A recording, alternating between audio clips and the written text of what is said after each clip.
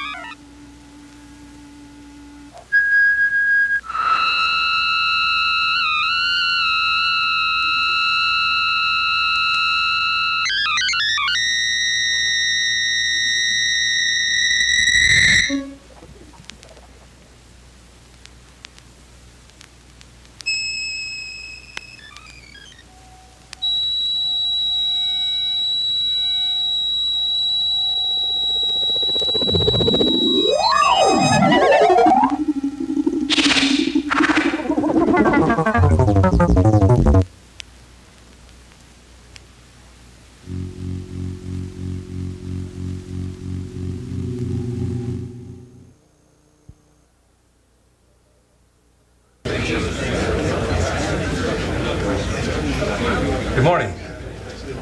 Can you hear me okay? In the back? This morning's colloquium is going to be given by Rebecca Mercuri of the labs. Rebecca will present a history of computer music. It will include visuals, photographs of early computer music hardware, I think some of the people involved in computer music, as well as some audio excerpts from early computer music. You heard a little bit of that when you came in here, that eerie sound, and you'll hear a bit more of it later on. Computer music is a hobby of Rebecca's. She's been involved in this for a number of years. And you'll be able to tell from the talk that it's a serious hobby. She spent a lot of time on it, and it shows in the talk. Just a few words about Rebecca's background. She holds bachelor degrees in computer science from Pennsylvania State University and in music from the Philadelphia College of the Performing Arts. In addition to her degree-related work, she's attended courses and seminars at Princeton, MIT, Temple, in the areas of computer music, video disc technology, and psychology. Currently, Rebecca's involved in video disc research in the Advanced Systems Research Laboratory here at the labs. Before joining RCA a couple of years ago, Rebecca spent a number of years as an educator, taught every age group in music from preschool through college. Recent forums for her computer music work have included the IEEE Symposium Proceedings, Creative Computing Magazine, the Trenton Computer Arts Festival, and the Philadelphia Computer Arts Festival. Okay. The other side of Rebecca, musically, is that she's also into traditional music. She's active as a soloist and ensemble performer on the classical guitar in the Philadelphia area.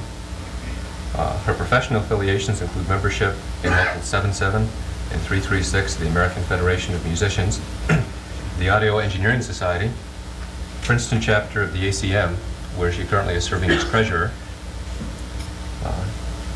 the International Computer Music Association, and the Delaware Valley Acoustical Society of America.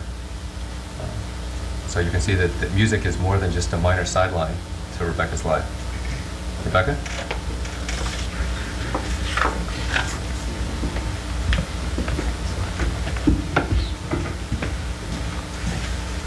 Hey, good morning.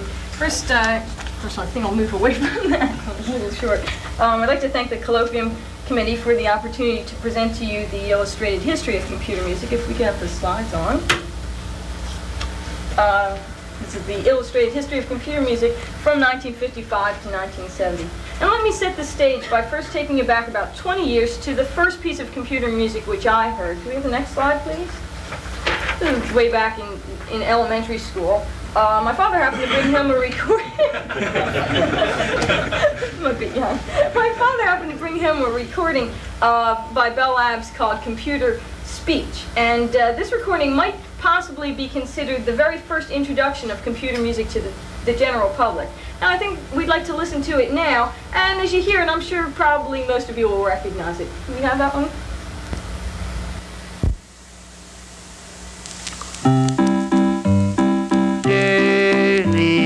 Daisy, give me your answer to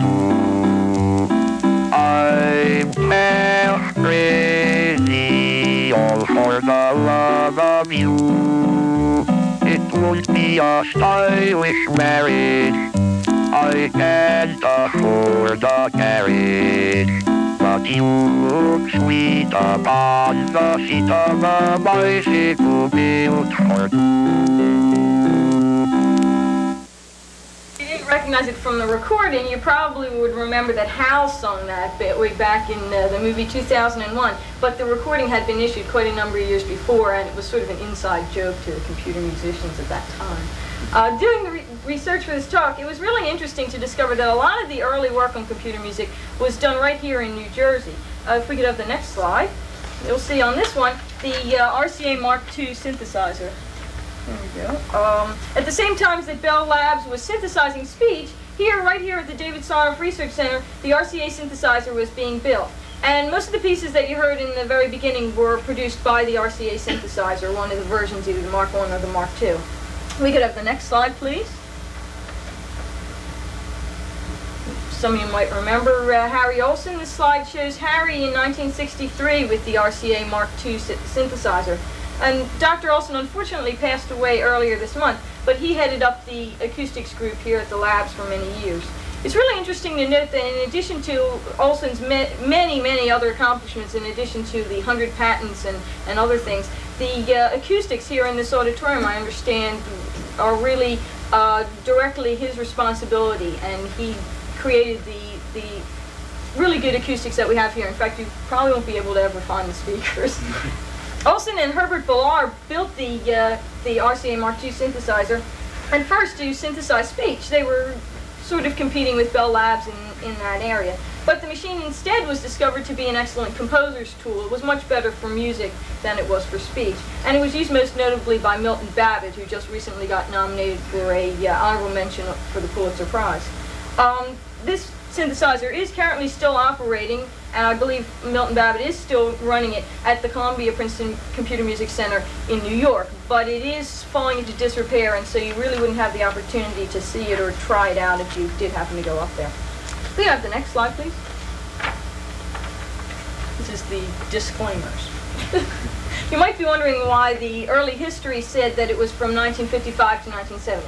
It's not really that the history stopped then, but it's more that the early period consisted of the discoveries of the elementary building blocks and tools, the algorithms that are now being used combined together to create more complex works. So in order to discover today's music, to understand it better, we really have to first understand the tools that were used in the early music, and then you can piece them together and better understand the present music. This also gives me an opportunity to come back next year and give you a talk called Current Advances in Computer Music. And now, as for before 1955, Harry Olson and Herbert Ballard built a composing machine which basically generated a lot of random numbers, random integers, and just a lot of stochastic music. Some early discoveries included people who placed radio receivers on top of their mainframes and realized that just as high frequency pulses were being generated, and they could pick those up on the receivers. But there was little documentation for any of this early work, and very little of it was taped. You might find some of this music, as you hear it, you might find some of it irritating. Try to keep in mind the fact that a lot of new music is rarely appreciated by people on the first hearing. So keep that in mind as much as possible. Also, the excerpts are short. I think the very longest one is 4 minutes, so also keep that in mind. In studying most of these pieces, I found some of them to be quite catchy. We found ourselves whistling them in the halls, and even one of our roommates got sort of caught up in it, and he had never heard the piece, but then a couple days later we heard him whistling it too. So you might find that after a while they sort of get into your mind. I was at the Trenton Computer Festival last week and happened to attend a talk by Richard Kahn, a composer in this area, and he popped in a cassette and said, well, this piece is written by a friend of mine who he didn't identify, and another one of these weird computer music pieces came out, and I unfortunately recognized it, and also the composer. But it's not necessarily unfortunate, it's the fact that when you hear these things, you don't realize that they are quite catchy.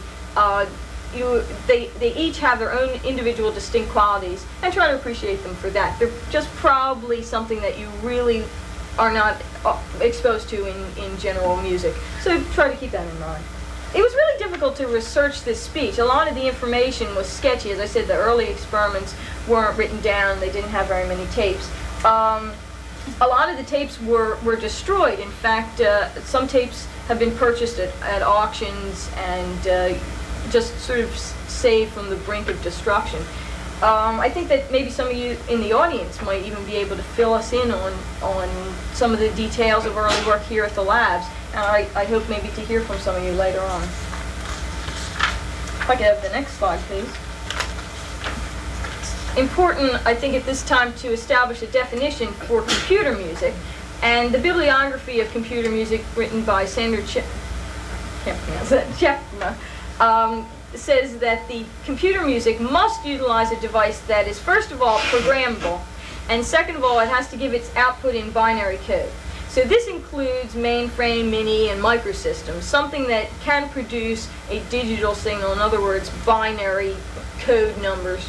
And this excludes such things as synthesizers, such as the RCA or Moog synthesizers, which are basically analog devices, and also such things as player pianos, because player pianos are programmable, but again, they give an analog output. So we're really just talking about something which produces a digital output and also must be programmable.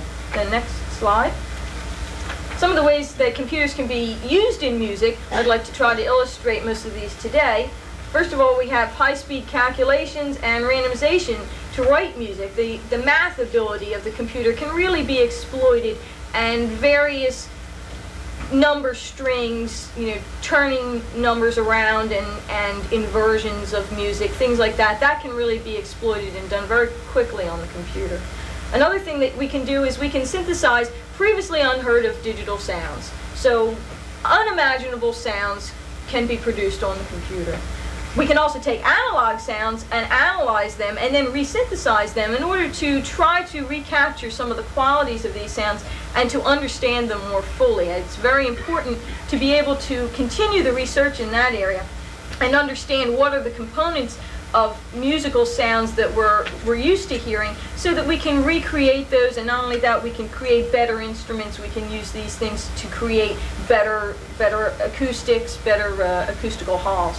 And it's very important to continue that work, even though it's also important to continue work on new sounds. There's also the analysis of musical compositions. A number of compositions have been, or styles of compositions, have been inserted into the computer, and then algorithms have been sort of dumped out. They've been analyzed, and various systems of creating these pieces have been dumped out, and then we can really better understand how these pieces were composed. For example, all the pieces of two-part counterpoint are composed using certain rules, and these rules are outlined in a number of books which are available to students of music. They took all those rules and they put them into the computer, and then they said, okay, now generate us some two-part counterpoint examples. Well, the examples that came out were rather poor. So they said, these were even worse than a freshman in music in college would produce, someone who didn't have much experience doing this sort of thing.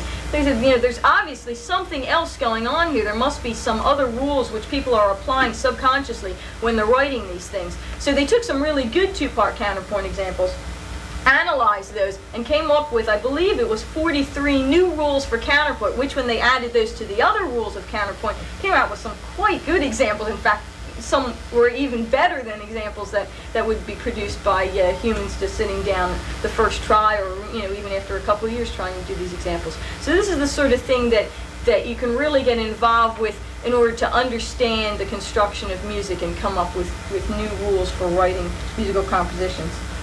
There's also the performance of complex music, which is not possible by humans. Some of the examples that you'll hear have very rapid passages, very complicated passages, and these are beyond the reaches of humans to be able to play this sort of passage. And this really enhances our listening experience. And I think finally the music printing and publishing industries are really going to be assisted by computer printing and publishing, and also maybe even automatic transcription, where you can just take music and then the scores will automatically be transcribed and written out. Something you may not realize is that little of the actual engraving, not the printing, but the engraving, the plates which are created, which are then pressed and made into the music sheets. But little of that engraving is done here in the United States anymore, basically because the labor is too expensive. So all this work is going to third world countries like Korea and other countries. So if we get involved with music printing and publishing on the computer, then maybe that will bring some of that work back into the States again. So that will really assist us. I think the next slide. Let's turn to an earlier example of computer composition. This piece was written by the Iliac computer in 1957. And the recording is a performance by a traditional analog string quartet. So please do not say, boy, those computers were great in 57. This is just a regular string quartet. And the algorithms used to generate this music depended very heavily on Markov probability chains. If you're unfamiliar with this, I'll explain that. They start with the interval of a unison, in other words, the same note, like C, for example, is used here, given the probability of 1. So all the instruments will remain on C, and all the other intervals are given the probability of 0. So in the beginning, you hear all 4 instruments playing the middle C. And then after a specified length of time, the chance of playing an octave higher is given a weight of 1, and the unison is given a weight of 2, and then all the other intervals are also still given the weight of 0. So what happens is you hear a couple of the voices moving up to the octave, and some of them remaining the same. Then the 5th is added, and then the other intervals are added until all the possible intervals have been added. The interval is just a distance between 2 notes. The probabilities also depend very heavily on the preceding interval. So in other words, if one note moved from a C to a G, which is a 5th, then the probability of that particular voice or that particular part moving another 5th, which is G to D, drops down to 0. So you wouldn't have a 5th and then another 5th in that same voice. You could have a 5th maybe in a different voice. So let's hear this excerpt now from the Iliac suite.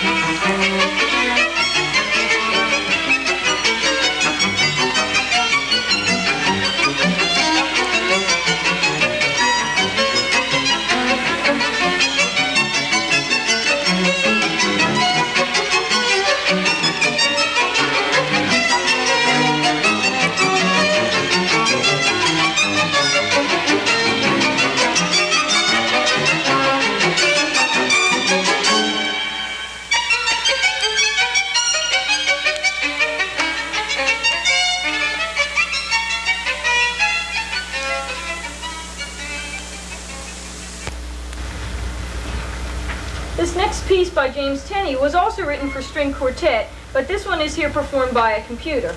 Tenney attempts to create an atonal and ametrical, in other words, not as tonal or note-oriented or beat-oriented as the piece that we just heard. So let's hear that one now. This is called the stochastic quartet.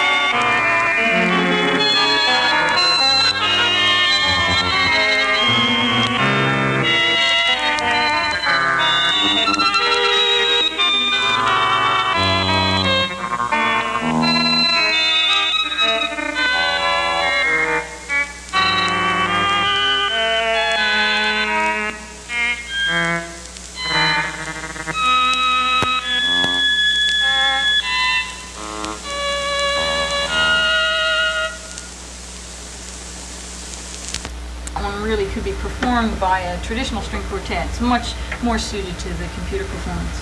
I think by now you're probably wondering how a computer actually goes about producing music. If you don't already know, I'll give you a real simplified description. So the next slide. This is traditional sound reproduction. In traditional sound reproduction, an instrument or voice, whatever, produces a sound pressure wave. This is picked up by a microphone, and what happens in the microphone essentially is that the pressure wave is converted to a voltage, or some sort of electronic signal expressing force, and this relates directly to the sound pressure wave. So you see that the voltage is exactly the same. It has some sort of one-to-one correspondence with the sound pressure wave. This then may be recorded, amplified, or played back through a loudspeaker, as you see over here. The voltage specifies the amount and the direction, forwards and backwards, of the paper cone in the speaker. And then the motion in the cone recreates a similar pressure in our ears, which can then affect, the memories in our ears and the neurons in our brain in a similar way. So the sound is transformed through various means, going from the original analog sound to the way we represent sound in our minds. The next slide, please. Okay, the sound waves that we've described are really complex, but fortunately we have a way of simplifying these waves. Fourier's law states that any vibrational motion of the air may be always, and in a unique way, be described as the sum of simple sine waves. So any analog sound that we've produced, or any sound at all actually, may be reproduced as the sum of simple sine waves. As you can see here, this dark line is the complex wave, and that is produced by the addition and the subtraction of the 3 hertz, or 3 cycles per second, sine wave here. This is the dark line over here. And I'm tracing. And then also the dashed line is the 4 cycles per second. And as you can see, when the peaks are together, then it adds up. And when the peaks are in opposition, then it subtracts almost to 0. Well, if they're exactly equal, then subtracts to 0. And that's how you get the complicated wave here. And you can do that with any sort of sound that is possible. As long as you can find the Fourier components of that sound, then you can sum them together. Next slide, please. In order for the computer to represent a simple or a complex waveform, the samples must be taken at specific intervals and then stored as numeric values. As you can see up at the top, you take just a basic sine wave, you can take samples at these intervals and then just store them in the computer memory as a bunch of numbers. And these are going, I believe, from -1 to +1. Okay, and there are the various samples. And then you run those samples, the numbers that you have stored in the computer, you run them through what is called a digital to analog converter, or a DAC, and then that reconverts those samples into the voltage which is necessary to drive the loudspeaker. And then you'll see the sound wave. You can hear the sound wave come out at the end. What we have here is, if you're just taking a basic analog sound, in other words, something that's produced by a trumpet or again by voice, any analog sound, you can run that from an analog to digital converter. In other words, transform that sound from an analog sound into that string of numbers that we have up above, store that in a computer memory. You can do things with those numbers in the computer, or you can just preserve them as is, and then run them back through the digital to analog converter, through the amplifier, into the loudspeaker again. So that's basically how digital sound recording is produced. I think the next musical example, well, let me tell you a few things first about this next musical example. Natural sounds, which you have, oh, wait a second. Next slide, that's what, we're getting a little behind here. Okay, the natural sounds, which we hear produced by a guitar, clarinet, these are found to consist of specific Fourier components, and those are namely those of the harmonic series. And the weight or amount of each component is what gives each instrument its specific sound.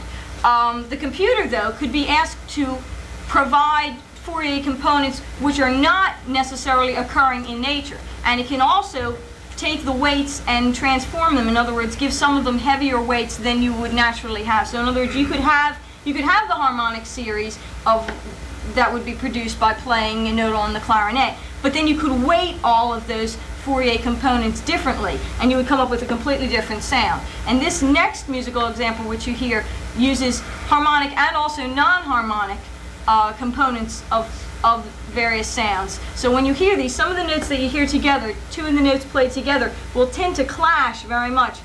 We're not accustomed to hearing that sound. It actually creates not a discord. It's almost indescribable when you hear a discord that's basically two notes which don't sound right together. These don't occur naturally, so they sound completely wrong together, and you get a sort of beating effect in your ears when you hear some of these notes played simultaneously. So listen to these and try to listen for the interaction not only of each note itself individually and the fact that it doesn't sound like something that would occur in nature, but also listen to the interaction between two or three of the various notes as they're played simultaneously or in sequence. All right, the next example, please.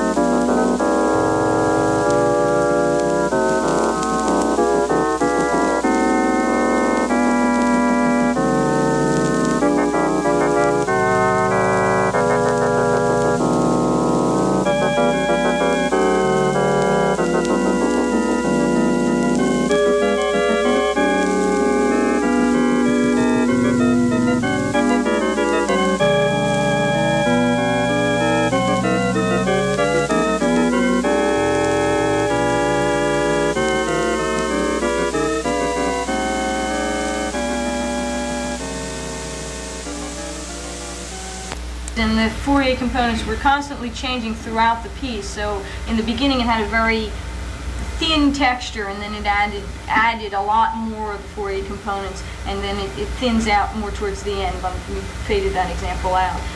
In addition to the Fourier wave shaping, we have another component which is called envelopes. And on the next slide, you can see that the envelope describes the overall volume of each note as it transpires through time.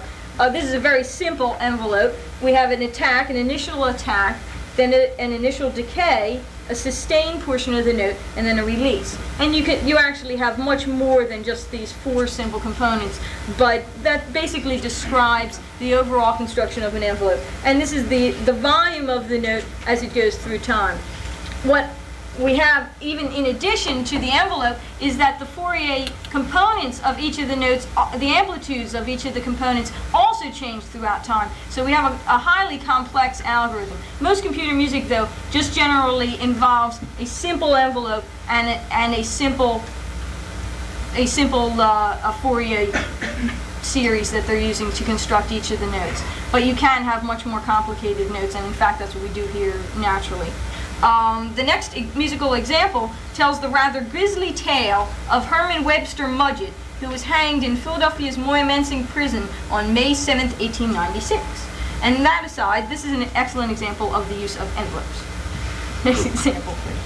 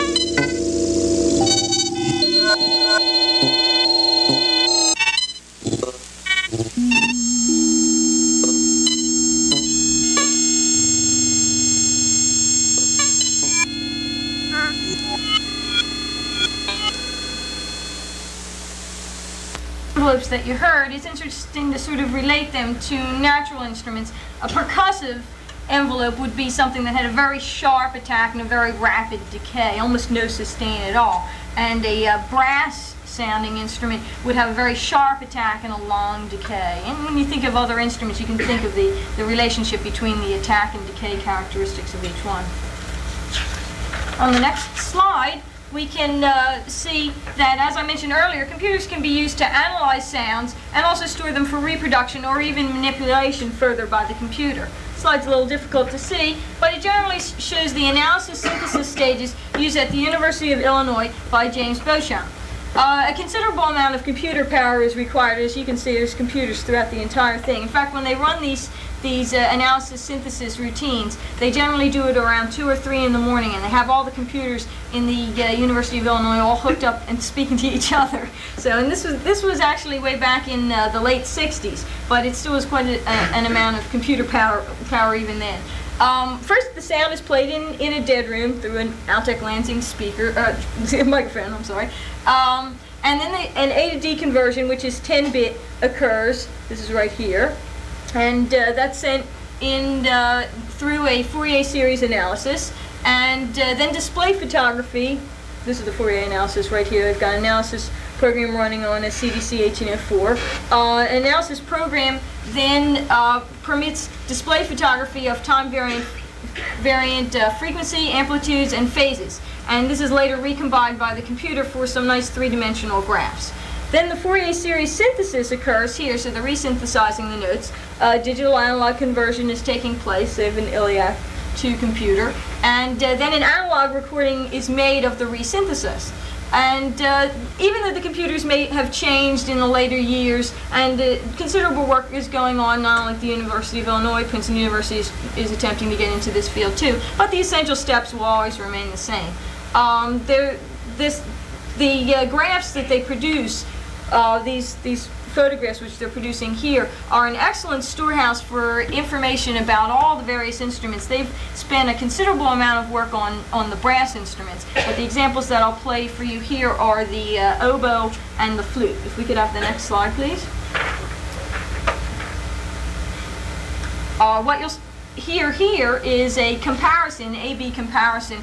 First you'll hear the real note played by the instrument, and then you'll hear a synthesized note. You have to remember that this was 10-bit, so even the digital recording techniques that we use today are 14-bit, so you're probably going to lose quite a bit of the note, but you'll still see that a lot of it is preserved. Try to keep track of which one. It's always first the computer, and then first the analog recording, and then the computer recording. Also, I might want to note that not only did they record different pitches, but they also recorded different volumes. They had the instrumentalists use vibrato and other various techniques. And you can see how good the computer is at recreating these techniques. So let's hear the flute.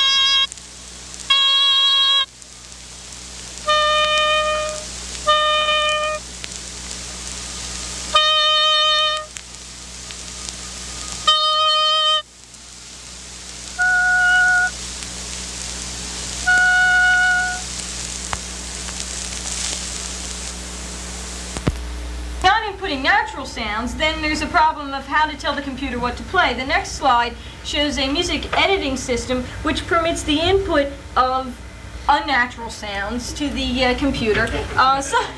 Some of these music editing systems are similar to text editors, and some of them are graphic. This one sort of combines the qualities of both. If we just show the top here, you have a light pen sitting aside, which you can use on the screen to specify a graphical input, and then you also have the console to type in some alphanumerics. If you can show the bottom, they have a display scope, and the central computer was the IBM 7094, which was 32K 36-bit words, which is, I guess, pretty large for that time. This was in the early 60s. The next slide shows a musical example of the sort of thing that was produced. This is actually what you would input into the computer. You would draw this in with a light pen, and these all correspond, the height of the lines corresponds to the notes over here. So as you can see, this is, an F. This would be the note F, and down here this would be the regular musical score that would correspond to the F. And the length of the line is the duration. So all of these eighth notes have a rather short, and in this one the quarter note is twice as long going across. And then there's various other things you can specify. They have the amplitude, these are specified over here, the amplitude, the frequency, duration, the length of each note, and then also various glissandi, the motion from one note in between the next note. It doesn't have to be very specific. They can sort of glide down from one note to the next. And now the very next slide will be about the next piece. The next example is the very first piece, which was assumed to have been composed with a graphic score. And I think you might, as you hear it, try to imagine what sort of things you might draw if you were trying to input a piece of this sort. We could hear a piece called Slider.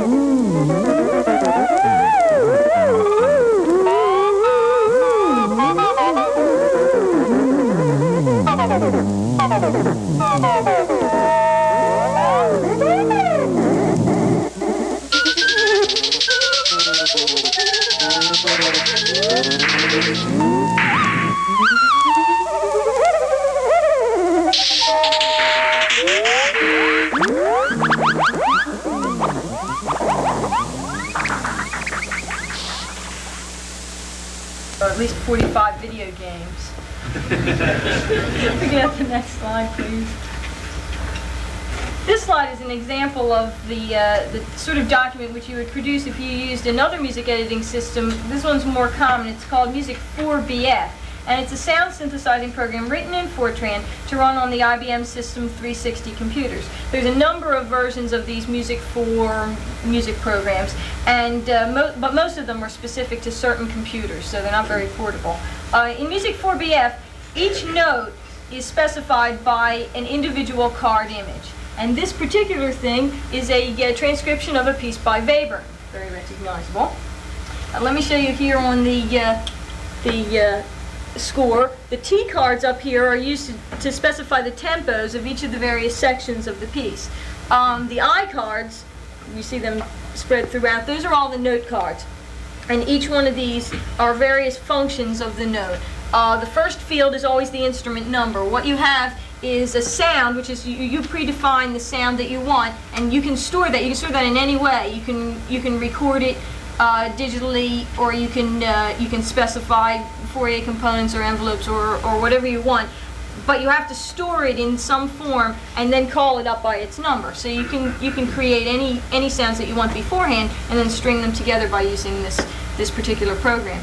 The second field here tells you what period in time, in seconds, when does that particular note start, and the third field tells you how long each one of those notes is to be held. Over here it's the pitch of the note which is to be played, and 10 corresponds to middle C. And you can redefine that so that the interval between 10 and 11 might not necessarily be from C to D. You could have that, you could have that be from C to G, and then all the numbers that would follow, all the digits that would follow, would correspond to different intervals, and that way you can use that to change the pitch relationships in the piece. The third, which field is this? This is the the amplitude is the next field. That's the amount of volume for each of the notes, and then the amount of amplitude change during the note may also be specified. So you can start out with a loud volume and then decrease that to some other specified volume. This would be a note which would be decreasing in volume. This one would be just staying at the same exact volume. And you can also say whether the pitch is going to go up or down. All these various things specify other parameters which you can define in advance. You can call up various subroutines which you might have tremolos or other vibrato, various types of effects, and you can either switch those on or off. And you'll notice sometimes that there are blanks in the columns. That's because the numbers carry through in the column. So it's not a very simplistic way, nor is it a very graphic way of entering music. And as you can see, the next slide shows you the musical score, much more readable, and I think much more easily understood. But this other method is quite good for translating musical scores which would not be able to be described in this way. The next slide is for the piece that you're about to hear. This was written using Orpheus, which is a version of Music 4F. And the first movement, which you'll hear, uses only pitches of the tempered scale and only a very few tone colors, so it's not very varied. But it does investigate very rapid, complex polyphonic passages by the computer, and again exploiting the performance capabilities of the computer. The second movement uses quarter and eighth step notes. These would correspond to possibly the cracks on the keys in the piano. In the chromatic scale, C to C sharp is considered a half step, and so these would be much smaller subdivisions of the scale. And as you'll notice when you listen to the second movement, that the ear tends to want to associate these with the natural scale that we're accustomed to hearing. Even when the unit is smaller, the ear tends to expand it. And if I hadn't told you that, you probably would have sworn afterwards that these were just all regular notes. The third movement uses perfectly free pitches, and these are not associated with any scale at all. And then also the ear does tend to associate these with certain pitches, but this one is even more difficult. There are a number of percussion-like envelopes used here also. So I think we'll play this one, the C to C sonatina.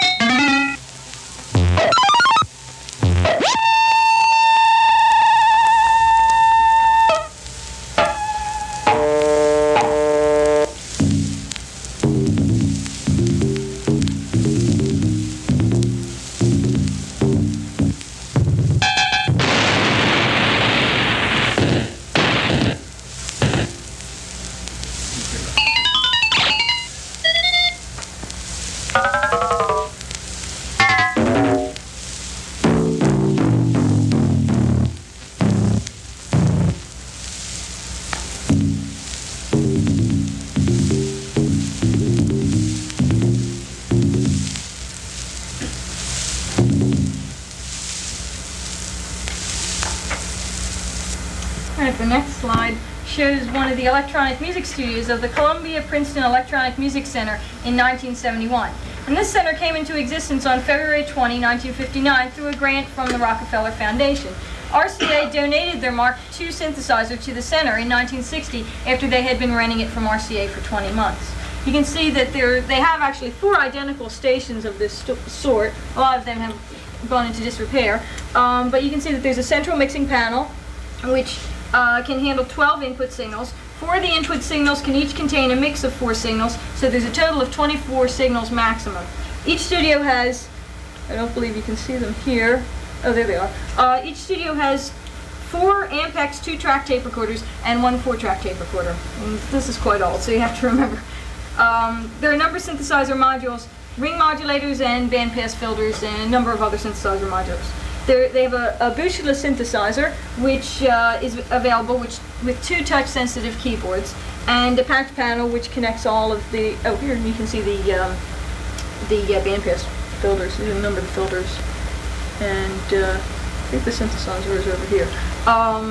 There's a patch panel which can connect all the synthesizer units. We have the next slide. This is another view of the RCA synthesizer as it looks at the center, and this is the one in the center here, and you notice the paper tape that they use to input the notes. And here's a picture down at the bottom of some staff members. I believe Milton Babbitt is the jovial one on the left. We have the next slide. This is some more early studio photos of studio setups. And the next piece you're going to hear is by Vladimir Ussachevsky, the composer at the top.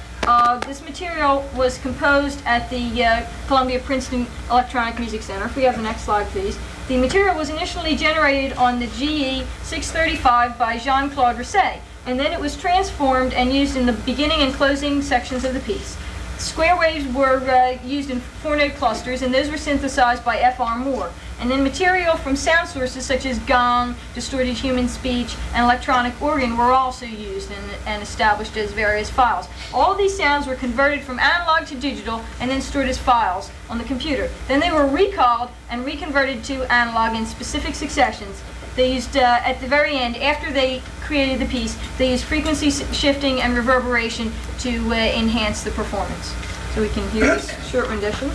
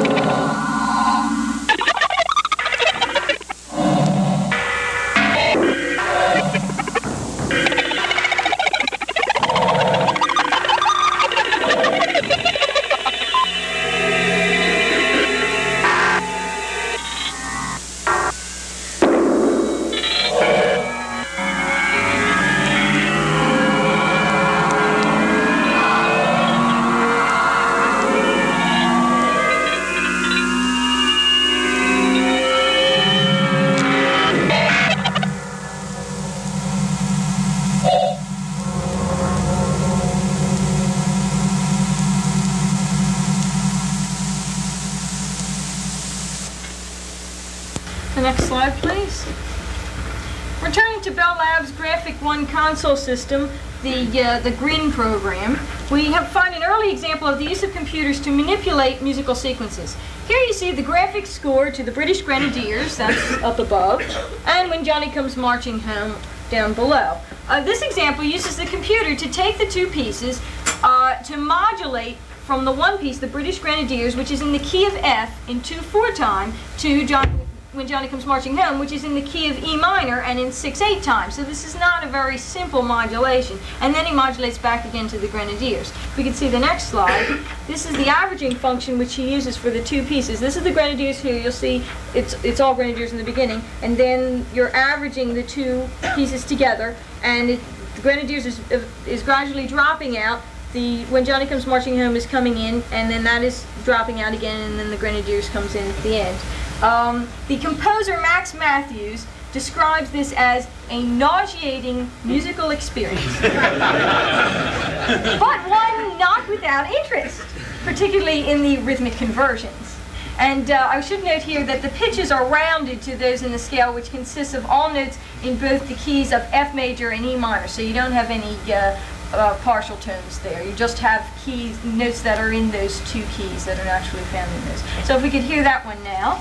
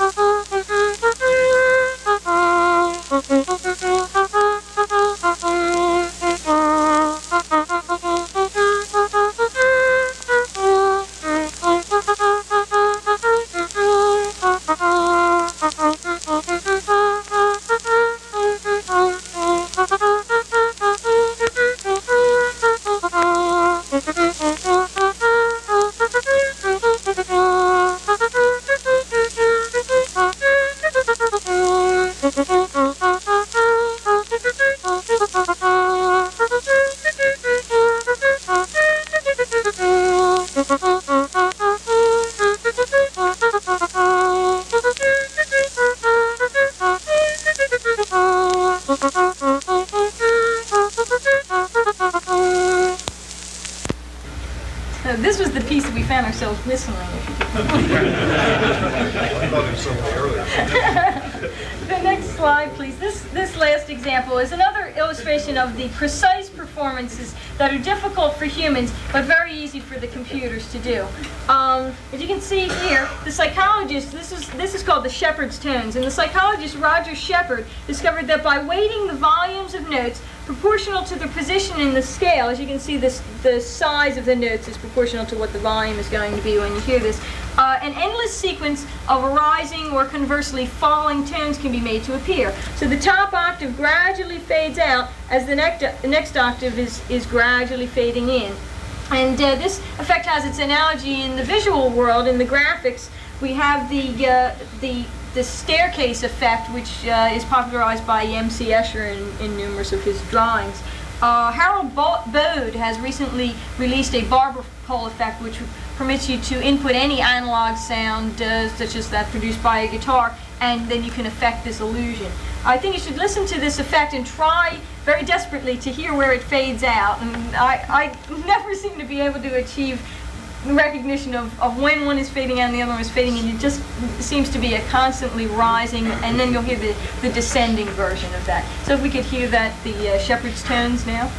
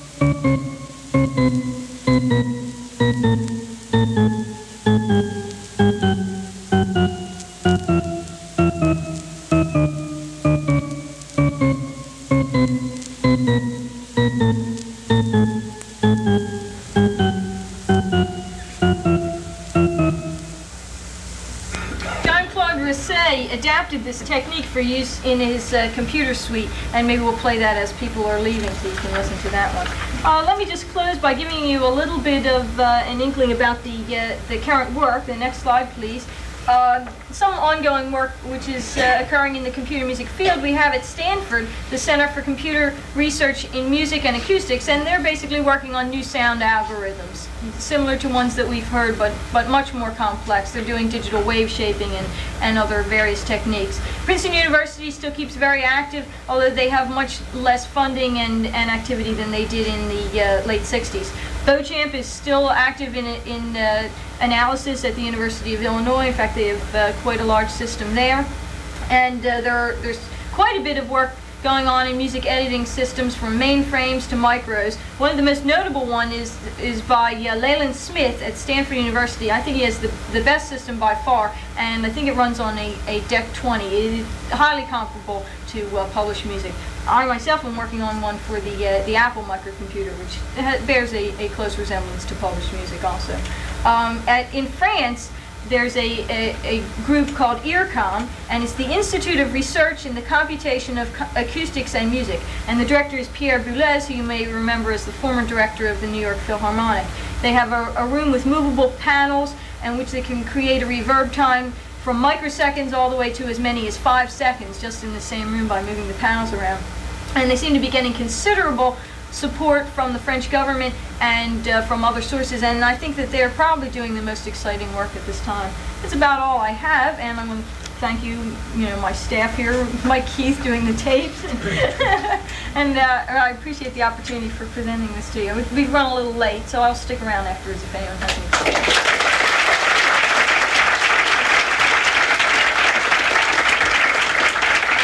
If anyone has questions, why don't you just come up and we'll handle it here informally, since we are running late.